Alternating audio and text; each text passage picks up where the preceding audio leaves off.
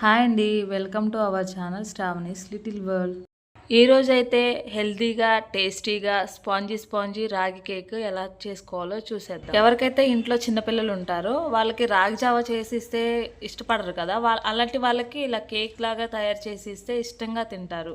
పిల్లలు ఎప్పుడైనా కేక్స్ అడిగినప్పుడు బేకరీస్లో అన్హెల్దీ ఫుడ్ ఇచ్చే కన్నా ఇలా ఇంట్లో హెల్దీగా తయారు చేసి 5 మినిట్స్లో రెడీ చేసి ఇచ్చేయచ్చు కేక్ని. ఈ రెసిపీ ఎలా చేసుకోవాలో చూసేద్దాం, వచ్చేయండి. ఫస్ట్ అయితే ఇలా మిక్సీ బౌల్ని తీసుకొని దాంట్లో ఒక 1 కప్ షుగర్ వేసుకోవాలి. ఇంకా 3-4 ఇలాచీ వేసుకొని పౌడర్ చేసుకోవాలి.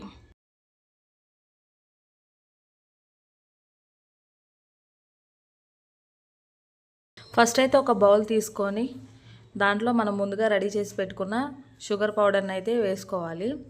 ఇందాక షుగర్ తీసుకున్న బౌల్తోనే 2 కప్స్ రాగి పిండిని తీసుకోవాలి. 1/2 టేబుల్ స్పూన్ బేకింగ్ సోడా తీసుకోవాలి. ఇంకా నెక్స్ట్ అయితే 1 కప్ ఆయిల్ తీసుకోవాలి. ఇంకా నెక్స్ట్ 2 ఎగ్స్ని కూడా వేసేసుకొని ఈ ఇంగ్రీడియంట్స్ అన్నీ బాగా మిక్స్ అయ్యేలాగా మిక్స్ చేసుకోవాలి. ఇలా దోశ బ్యాటర్ టైప్లో మిక్స్ చేసుకోవాలి. ఇలా థిక్ కన్సిస్టెన్సీ వచ్చేంత వరకు మిక్స్ చేసుకోవాలి. ఇలా ప్రిపేర్ చేసుకున్న కేక్ బ్యాటర్ని మీరు ఏ కంటైనర్లో అయితే కేక్ రెడీ చేసుకోవాలనుకుంటున్నారో ఆ కంటైనర్లో వేసుకొని సమానంగా ఉండేలాగా ట్యాప్ చేసుకోవాలి. ఇంకా నెక్స్ట్ అయితే ఒక బౌల్ తీసుకొని దాంట్లో వాటర్ పోసేసుకొని దాంట్లో ఒక చిన్న బౌల్ని పెట్టేసుకోవాలి. ఇంకా కేక్ బ్యాటర్ ఉన్న బౌల్ని ఈ బౌల్లో పెట్టేసుకొని దానిపైన మూత పెట్టేసుకొని స్టవ్ ఆన్ చేసుకొని ఈ బౌల్ని అయితే స్టవ్ మీద పెట్టేసుకోవాలి.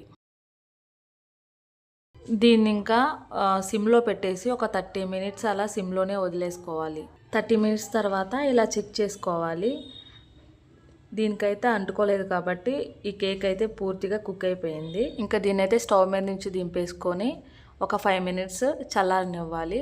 చల్లారనిచ్చిన తర్వాత ఇలా ఎడ్జెస్ని అయితే కట్ చేసుకొని ఇలా ఒక ప్లేట్లోకి తీసుకోవాలి. మన టేస్టీ రాగి కేక్ అయితే రెడీ అయిపోయింది.